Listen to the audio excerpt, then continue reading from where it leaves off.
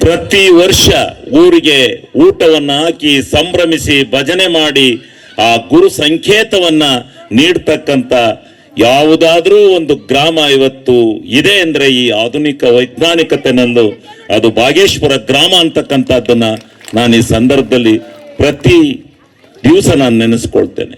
ನಾನು ಅಷ್ಟು ವರ್ಷದಿಂದ ಬರ್ತಾ ಇದ್ದೇನೆ. ನಾನು 30 ವರ್ಷ ಆಯ್ತು ನಾನು ಇಲ್ಲಿಗೆ ಆ ಕಾರ್ಯಕ್ರಮಕ್ಕೆ ಬರಕ್ಕೆ ಹಿಡಿದು.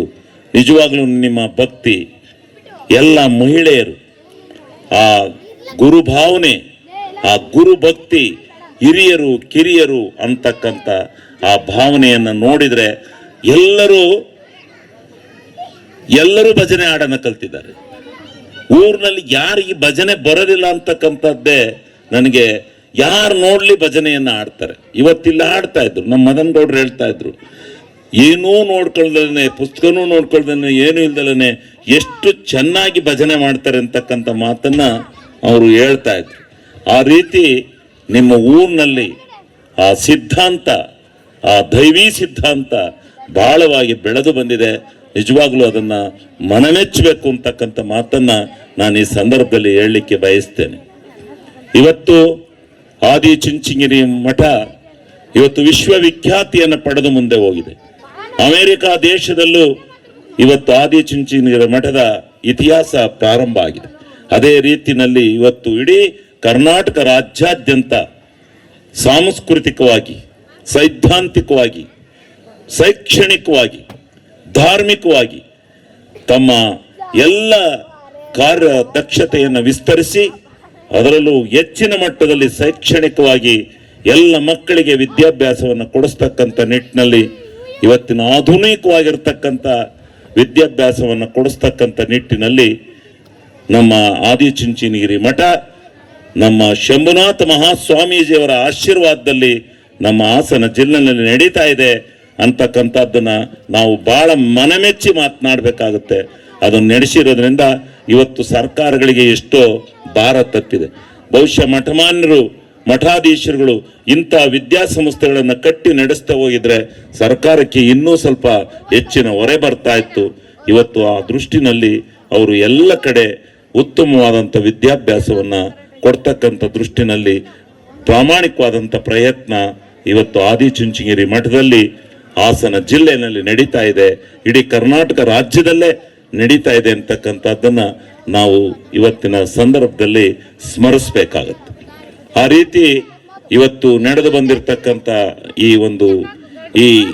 ಇದನ್ನ 25 ವರ್ಷ ಆದ 25ನೇ ತಿಂಗಳ ಮಾಮನ ತೇರನ್ನ ನಾವು ಬಹಳ ವಿಜೃಂಭಣೆಯಿಂದ ಅರಸಿಕೆಯಲ್ಲಿ ಮಾಡುದು. ಸ್ವಾಮಿ ಪರಮ ಪೂಜ್ಯರನ್ನ ಅಯ್ಯಪ್ಪ ಸ್ವಾಮಿ ಟೆಂಪಲ್ನಿಂದ ಕರ್ಕೊಂಡು ಹೋಗಿ ದೊಡ್ಡ ಮೆರವಣಿಗೆಯನ್ನ ಮಾಡಿ ಅವತ್ತು ಈ ಕಾರ್ಯಕ್ರಮವನ್ನ ಇಡೀ ಹಾಸನ ಜಿಲ್ಲೆಗೆ ಪರಿಚಯಿಸಿಕೊಟ್ಟು, ಅದಾದ ಮೇಲೆ ಈ ರೀತಿ ಪ್ರತಿ ತಿಂಗಳು ಇದು ನಡ್ಕೊಂಡು ಬರ್ತಾ ಇದೆ. ಇವತ್ತು 100 ಶೇರ್ ಇರಲಿಲ್ಲ, ಅಲ್ಲಿ 100 ಗಣಸಿಗೆ ಶೇರ್ ಇತ್ತು. ಆದರೂ ನಾನು ಬಂದಿಲ್ಲಿ ಜಿಲ್ಲಾ ಪಂಚಾಯತಿಗೆ ನಿಂತಾಗ ನನಗೆ ನಿಜವಾಗ್ಲೂ ನೀವೆಲ್ಲ ಬೆಂಬಲವನ್ನು ಕೊಟ್ಟು ಅವತ್ತಿನ ದಿವಸ ನೀವು ಜಿಲ್ಲಾ ಪಂಚಾಯತಿ ಸದಸ್ಯನನ್ನಾಗಿ ಮಾಡಿದ್ರಿಂದ, ಆ ಜಿಲ್ಲಾ ಪಂಚಾಯತಿ ಸದಸ್ಯನನ್ನಾಗಿ ಮಾಡಿದ್ರಿಂದ ನಾನು ರಾಜಕೀಯವಾಗಿ ಇಷ್ಟು ಮಟ್ಟಿಗೆ ಬೆಳಿಲಿಕ್ಕೆ ಕಾರಣ ನೀವು ಮಾಡಿದಂಥ ಅವತ್ತಿನ ಜಿಲ್ಲಾ ಪಂಚಾಯತಿ ಸದಸ್ಯನಾಗಿ ನನ್ನನ್ನು ಮಾಡದೆ ಹೋಗಿದ್ರೆ ನಾನು ಈ ಮಟ್ಟಕ್ಕೆ ರಾಜಕೀಯಕ್ಕೆ ಬೆಳಿಲಿಕ್ಕೆ ಆಗ್ತಾ ಇರಲಿಲ್ಲ. ನಿಮ್ಮ ಆಶೀರ್ವಾದ, ನಿಮ್ಮ ಕೃಪಾ ಕಟಾಕ್ಷದಿಂದ ನಾವು ಬೆಳೆದಿದ್ದೇವೆ.